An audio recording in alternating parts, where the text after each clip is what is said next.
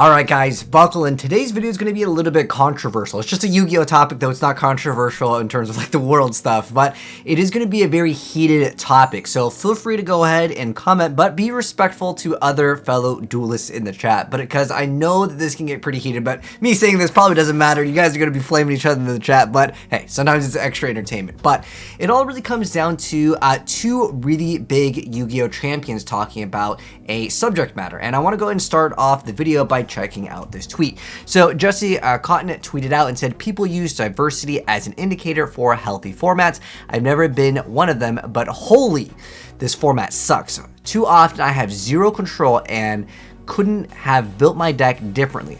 Really not enjoying it and have never felt worse heading into Nationals. Tier 0 meta, please. If you guys don't know him, he is a Yu-Gi-Oh champion. Another Yu-Gi-Oh champion actually commented on this post that was posted over on Zodiac Duelist. I'm sure a lot of you guys know Jeff Jones. He's the pioneer of the Doppeljunk plant engine. Anyways, so Jeff Jones mentioned the problem is there's too much diversity because there are too many instant win or nearly button cards. Stuff like Scythe, Barrier, Mine, and Anti-Spell. You know, the usual suspects of cards that interact what people would consider to be an unhealthy format. But he says it leads to a false diversity. The format really isn't diverse because so many decks are viable, and that is what makes it truly unhealthy. So let's go ahead and talk a little bit about this. So there's lots of sides to this argument. Obviously, we're going into a format where Splight could be the next super S tier deck. And remember, in the TCG, we don't even happen to have Max C to deal with that deck, which, yeah, that deck is going to be very, very powerful when it comes out. But the main topic is kind of arguing. Some players are like, why would you complain that there's lots of different decks to play? That gives more variety to the game, offering more potential for things to be a better duelist. And I put that in quotations because some people feel like you should only know how to play against like one matchup specifically because that's the best deck. Everyone at the top level, they should all be playing the top decks, right? And it also goes into the subject matter of like Mystic Mine or like cards that would out certain maybe obscure things. And Mystic Mine's kind of an outlier because it's like, you can't just play MST. Like, I see this comment all the time, like, when people complain about Mystic Mine, they're like, dude, that card isn't even that big of a deal, just run MST. People are actually running Unending Nightmare in a lot of different decks now, and it can actually hit a lot of different things. I mean, there's lots of decks that have field spells, but up against the top tier decks, if you go second, you have, like, Anti-Spell, unless they're playing, like, a Mystic Mine deck.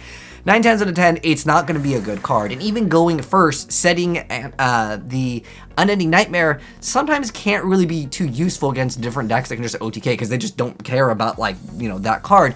So main decking certain cards can be kind of awkward for decks, even at the top level, because it's like, again, I know that the subject matter comes up all the time. You can literally just MST Mystic Mine. It's not a big deal. The thing is that are you going to be playing 3 copies of MST? Or if they're playing something like a barrier to protect the card, the thing can be very, very frustrating to play against. But at the same time, some people look at it like the more diverse decks, the better you are as a Yu-Gi-Oh player to potentially deal with all of the decks. But at the same time, you lose to random things sometimes. I mean, it could be anything in Yu-Gi-Oh, and that's kind of like the interesting part with this game. I look at it from the standpoint of a content creator. I like seeing lots and lots of different decks. I mean, I can always go on to like Dueling Book and check out like the low rank players and see what they're playing. I find that entertaining. And I think for some competitive Yu-Gi-Oh players, they want to just play against like the top tier, and there's like 2 or 3 like the best decks, and they can understand that matchup very, very well. But at the same time, people always bring up the argument of what's healthy for the game. The thing that's healthy for the game is a very large player base, right? When the player base starts to dwindle, there's less players that play the game. Therefore, it'd be less healthy because they're not generating enough revenue because people aren't actually buying the cards, right? But I think about it, I'm like, okay, well, who is actually going to be bringing in more revenue for them, right? Is the main target demographic for the player base going to be the casuals? I'm talking Blue Eyes, Dark Magician, random, like, cute, like, Madolche, Magician Girl sort of cards, right? Like, those things sell well with the casual audience. Dragon Maids, that can be kind of one of them, too. Although that one, you can kind of make it a little bit more competitive, but at the same time, are those the players that they are trying to cater towards? Are they going to be spending the most money on products? Because if you look at a lot of competitive players, sure, their decks are several hundreds of dollars, but they're buying from the secondary market, but kind of is affected by the primary market because they got to open up cases and stuff like that. So it's hard to say like who this game is actually designed for, and I'm curious to know what you guys think about this. Oh, there's the need barrier. This card just wins games too. There are so many cards in Yu-Gi-Oh, and I think it's a bigger picture. And I've always mentioned this, and it's one of my videos that had over 1 million views. It's talking about why people quit Yu-Gi-Oh, and there's just too many of these, like, oh, Unibira, okay, well, that's GG's. Oh, you open up Maxi and like Master Duel, oh, that's GG's. There are so many cards that you just open up with in Yu-Gi-Oh that just make it game, and I think that maybe slowing down the game might be a better option for the game in terms of its long run for the players that have been around, especially when you look at the younger generation that plays, let's say, like Fortnite or something like that. They come to Yu-Gi-Oh and they're like, okay, I play this on my turn, and then their opponent does like 1,000 things.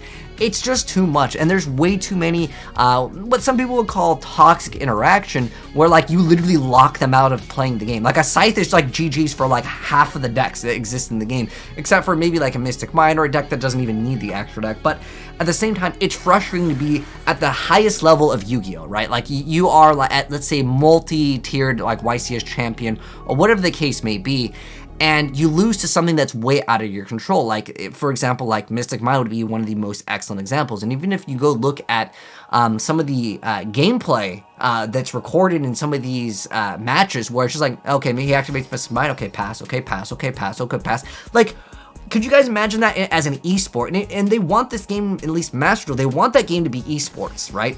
And an esport game needs to have interaction that makes it interesting, right? If someone just goes and says, okay, I have Max C, well, the other guy just might lose instantly, or they just flip open a card, like, they open up with Nat Beast and they have, like, let's say 3-4 negations on both the goddess, and then they throw up Nat Beast, right? Lots of decks can open up with that, and then that just makes it like instant lose. Or let's look at like Secret Village. That's kind of more an obscure card that some decks they can run, and like you just lose to like random stuff. So I get the frustration, but I also get that some people want to see more decks too as a competitive game.